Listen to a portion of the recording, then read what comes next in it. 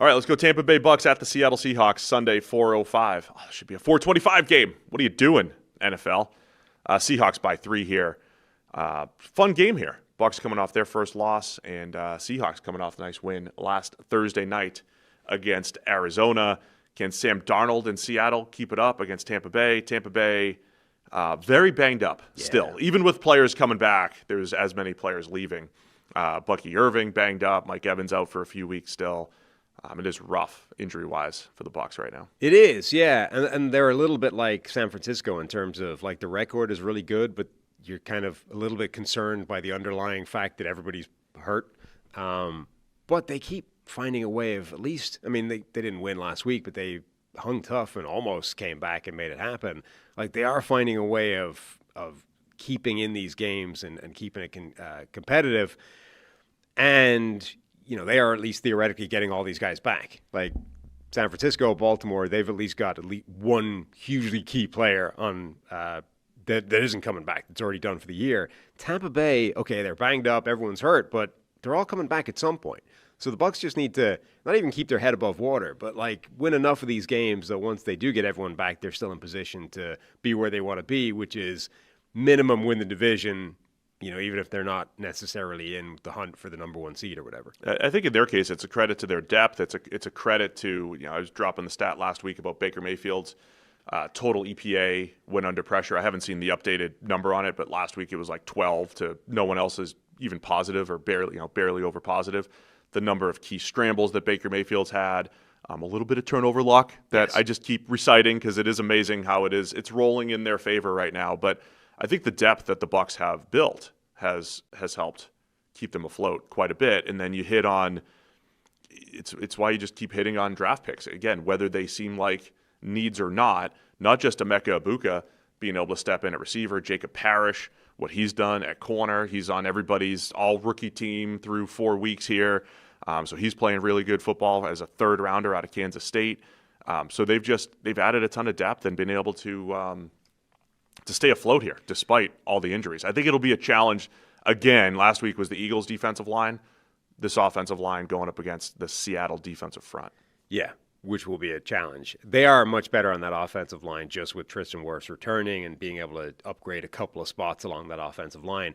It is, Baker Mayfield's performance this year has kind of been insane because you're right. You have to at least factor in he's ridden his luck a bit when it comes to turnovers. And that it's not necessarily a knock on him. It's just a reality, right? He's gotten a bit lucky when it comes to turnovers. He has also, though, done really quite remarkable things when you consider how bad that offensive line has been.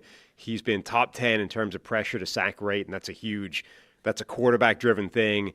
And when your pressure rate is through the roof because your offensive line is banged up, Baker Mayfield has not always been good at that, right? And actually, you would have said the longer this goes, the more concerned I would be that Baker Mayfield does not play well in those situations. And yet he has. He's also had an extremely high average depth of target. So one of the ways you typically see quarterbacks try and mitigate a bad offensive line is the Rodgers way last week, right? Get the ball out instantly. That's correlated with depth of target. It's usually get the ball out quick and shallow, right, towards the line of scrimmage. Instead, Baker's been getting this done with the high variance stuff. Like he's been getting it done with a deep average depth of target, with crazy performance on 3rd and 4th down, with scrambling, with all the stuff that you're not supposed to be able to maintain for any period of time. And he's been doing that to an extremely high level.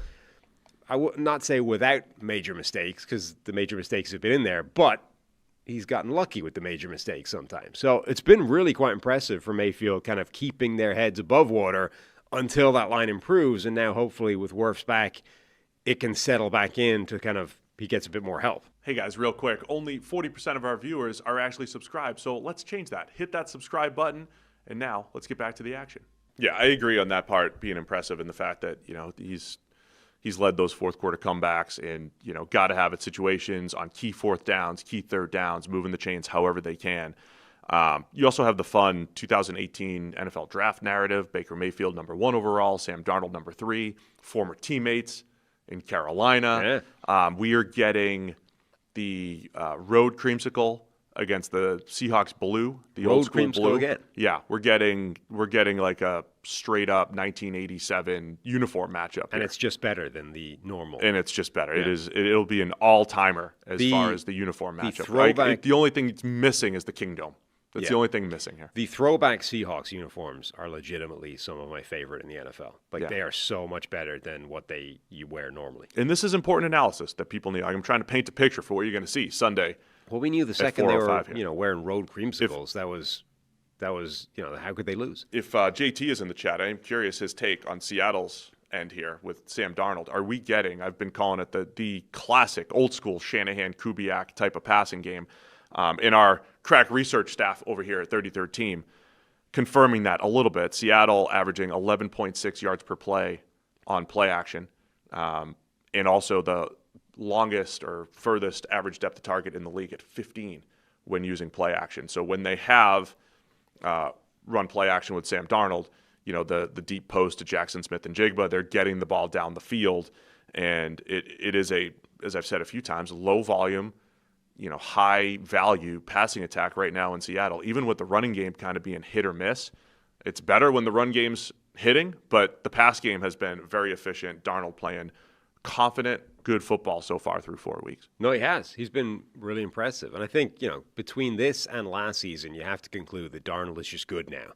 The only question is, again, based off last season, what prompts the implosion? Can a team cause that to happen? And if so, how? I don't know that the Bucs defense, even with Todd Bowles, aggressive blitzing, etc., I don't know that they can bring enough heat to cause the Darnold implosion.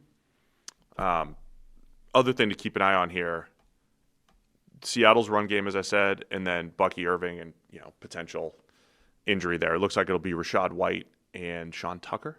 Remember Tucker came in last year? They're still good in the backfield even without him, I think. But it's a big loss. Obviously. He was fantastic, just brings a different style. But, Bucky Irving, what he does in the pass game, creating something out of nothing and creating big plays, that is a big loss for Tampa Bay. The 1-2 punch now, it's Chris Godwin and Emeka Egbuka. So, they're getting players back as they're losing players as well. I don't know if Tampa Bay is just too banged up, though, to keep this going. All right, man, we've got Seattle by 3, over under 44.5. I think it'll be a good game. This is one of the games of the week here. A couple 3-1 teams. Yeah, if for no other reason than that uniform combination. I am going with the Seahawks, though, to win and cover that line. Yeah, I'm torn on this one. As soon as I was typing in Seattle earlier today, I was like, nah, but Baker, fourth quarter. He's going to do it again. Leads the NFL in deep shots, like deep pass attempts. Baker is just YOLOing his way through this. 26 20-plus yard air attempts. Yeah, with a really high average at the target. Like Baker's just out here going, you know what? What's the worst that could happen? Like I said, last week, the touchdown to Egbuka, that's the clear-out route. You're not supposed to throw that. And Baker's just like, what the hell? I see some safety. The safeties are slightly far apart. Let's take a shot. And he hits it. I'll take the Bucs. I'm going to take the Bucs. Harry's going to take the Seahawks. My initial instinct was Seattle. I've been high on Seattle this entire season. I think they might be headed for a showdown with the Rams in that division. But I'll take the Bucs to cover as 3-point underdogs this week, and Harry will take Seattle here. Thanks for watching all the way to the end of the video. Check the Mic is live every Monday, Wednesday, and Thursday, so be sure to hit the subscribe button so you don't miss a thing. And the all-knowing algorithm is convinced you'll also like these videos, and who are we to argue?